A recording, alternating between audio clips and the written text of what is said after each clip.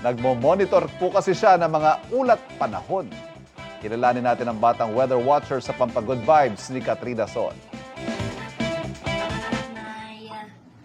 And look at this. This one is a super typhoon and then it will go around in there. At 6 years old, interesado si Principal Leonard Guevara sa ulat panahon, gaya ng pag-track ng bagyo. This one, it will go around in there. At ito yung super typhoon. Kwento ng mga magulang ni Prince. 3 years old pa lang ang anak nang magsimula ang hilig sa panahon.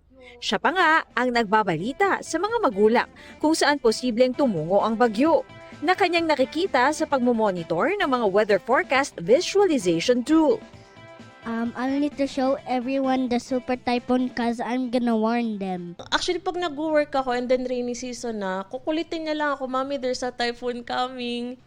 Ngayon, every time na may typhoon or tropical depression lang, kaabang yan sa akin kung saan papunta yung typhoon kasi nga alam niya babahain kami. Ang Pag-asa natutuwa sa pagkahilig ni Prince sa pag-aaral ng panahon. Nakakatuwa po yung ganun. Saka napapanahon po kasi lalo na ngayon nakakaranas tayo ng climate change.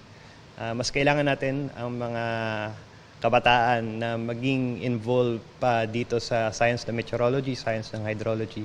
So kailangan na kailangan po natin sila. At nakakatuwa po na bata pa lang is ganun na po yung kanyang motivation. Ang dream job ni Prince, bumbero at reporter. I just see it onto the GMA news. Cause I need to gaya it. The typhoon is going to Taiwan. Prince Paul Guevara, GMA News. Katrina Son, nakatutok, 24 oras.